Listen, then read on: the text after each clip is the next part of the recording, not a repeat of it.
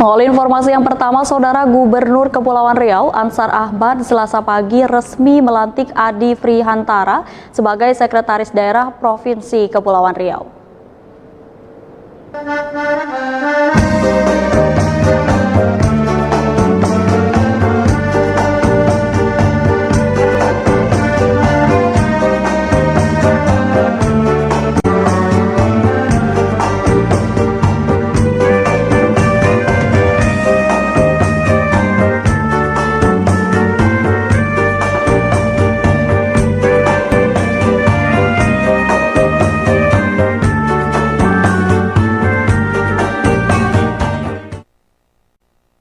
Agama Islam.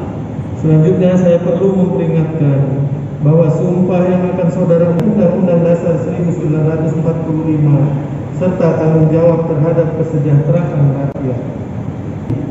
Setelah melalui proses seleksi yang panjang, akhirnya Selasa 26 April 2022, mantan Sekda Kabupaten Bintan Adi Prihantara resmi menjabat sebagai Sekretaris Daerah Provinsi Kepulauan Riau.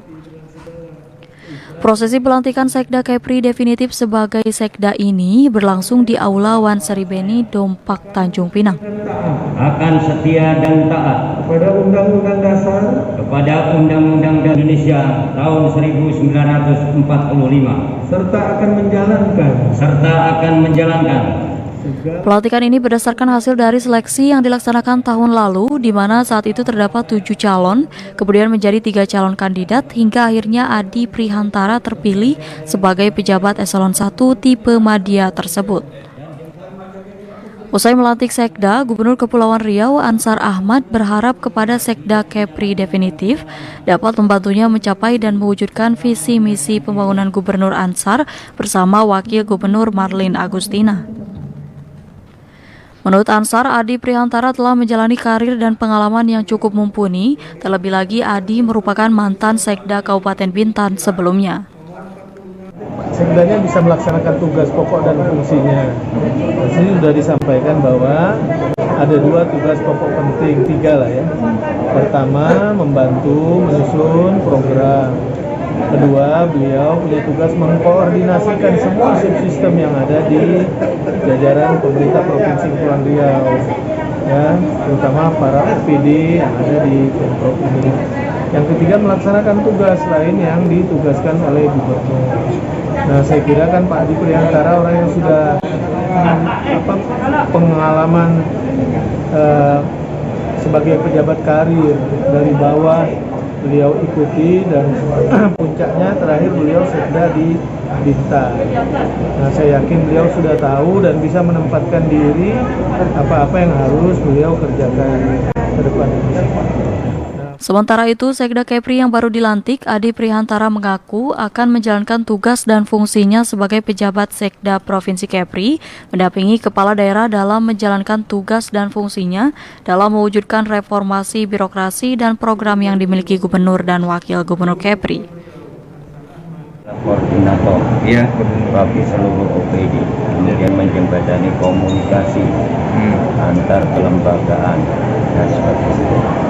Memang itulah tugas Sekda, membantu kepala daerah dalam berkoordinasi, kemudian mendukung atau memberikan layanan administrasi kebijakan dan pelayanan administratif yang terkait dengan kepegawaian. Ya. Itu.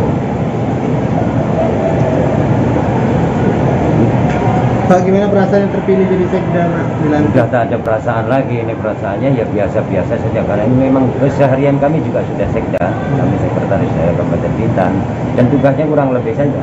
Tapi cakupannya lebih luas, enggak juga, ya sama aja, hanya provinsi kan masing-masing kabupaten ada wilayahnya. Kita yang membawai pegawai-pegawainya di provinsi dan kebijakannya Pak Gubernur, hanya di dalam. Pada pelantikan tersebut hadir Wakil Ketua 2 DPRD Provinsi Kepri Raden Hari Cahyono, Wakil Wali Kota Tanjung Pinang Endang Abdullah, dan segenap Kepala OPD Pemprov Kepri. Keberadaan Sekda definitif di Kepri, khususnya di masa kekuasaan Ansar Marlin, sempat menjadi polemik. Lantaran keputusan Presiden yang belum kunjung keluar hingga hampir 6 bulan lamanya, sampai pada akhirnya 19 April lalu, Presiden Joko Widodo menandatangani surat pelantikan Sekda Kepri tersebut. Dari Nugraha melaporkan dari Tanjung Pinang.